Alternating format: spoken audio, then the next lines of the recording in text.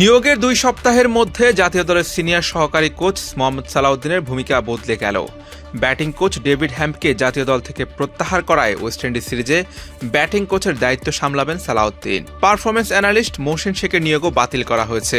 Caribbean সফরে analyst হিসেবে খণ্ডকালীন নিয়োগ দেওয়া হয়েছে ভারতের অক্ষয় হীরামাতকে। চান্ডিকা হাথুরু সিংহকে বিদায় করা হয়েছে সবার আগে, এবার ছাঁটাই করছে তার কোচিং প্যানেল। প্রথম ধাপে অব্যাহতি দেওয়া হয়েছে ব্যাটিং কোচ ও পারফরমেন্স অ্যানালিস্টকে।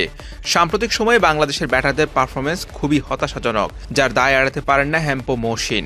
ব্যাটারদের ভুল দুর্বলতা বের করে সেটা কাটিয়ে উঠতে সাহায্য করতে ব্যর্থ হয়েছেন তারা। Mohsin Sheikh performance analyst coach হিসেবে আফগানিস্তান, পাকিস্তান, ক্রিকেট, অস্ট্রেলিয়ায় কাজ করেছেন। বেশ কয়েকটি ফ্র্যাঞ্চাইজি লিগেও তার কাজ করার অভিজ্ঞতা আছে। ওয়ানডে বিশ্বকাপে ছিলেন আফগান দলে, বিশ্বকাপে করেছেন বড় রকমের এক ভুল। অস্ট্রেলিয়া প্রবাসী পাকিস্তানি বিসিবির চাকরিতে নিয়োগ পেয়েছিলেন হাথুরু সিংহের মাধ্যমে। গত বছর ডিসেম্বরে নিউজিল্যান্ড সফরের জন্য খণ্ডকালীন নিয়োগ দেওয়া হয় তাকে পরখ করে দেখার সিরিজ ছিল সেটি। হাথুরু সিংহের চাওয়ায় এবছর এপ্রিলে 2 বছর মেয়াদে নিয়োগ দেওয়া হয় মহসিনকে। তবে 8 মাসের মাথায় চাকরি হারালেন তিনি। যদিও মহসিনকে কেন বাদ দেওয়া হয়েছে সেটার কারণ জানা যায়নি।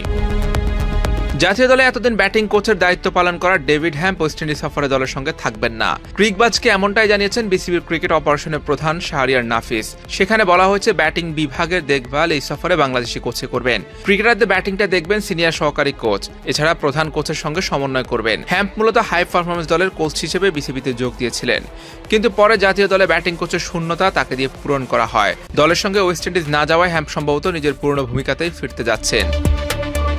ফিল্ডিং কোচ দক্ষিণ আফ্রিকার নিক পোথাস, পেস বোলিং কোচ আন্দ্রে অ্যাডামসের ব্যাপারেও সিদ্ধান্ত নেওয়া হতে পারে। প্রধান কোচ ফিল সিমন্স মূলত কোচিং প্যানেল গোছাতে শুরু করেছেন বলে জানা যায়।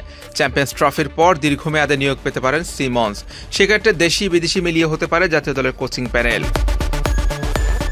ফিজিও বাইজুদুল ইসলাম লম্বা সময় ধরে কাজ করছেন। ফিল্ডিং কোচও নেওয়া হতে পারে দেশের ভেতর থেকে। ফিটনেস ট্রেনার, পেস বোলিং ও স্পিন কোচ নিয়োগ দেওয়া হতে পারে বিদেশ থেকে। দেশের ক্রিকেটের ভালোর জন্যই এত সব পরিবর্তন আনছে বিসিবি। তবে এতে হিতে বিপরীত হতে পারে, কারণ নতুন কোচরা এসে পরিস্থিতি বুঝতেও অনেক সময়ের প্রয়োজন। তাই চ্যাম্পিয়ন্স ট্রফির আগে এভাবে কোচিং প্যানেলে ব্যাপক রদবদল করার যৌক্তিকতা নিয়ে প্রশ্ন উঠেছে। হুসেইন আরমান, ভিডি ক্রিক টাইম।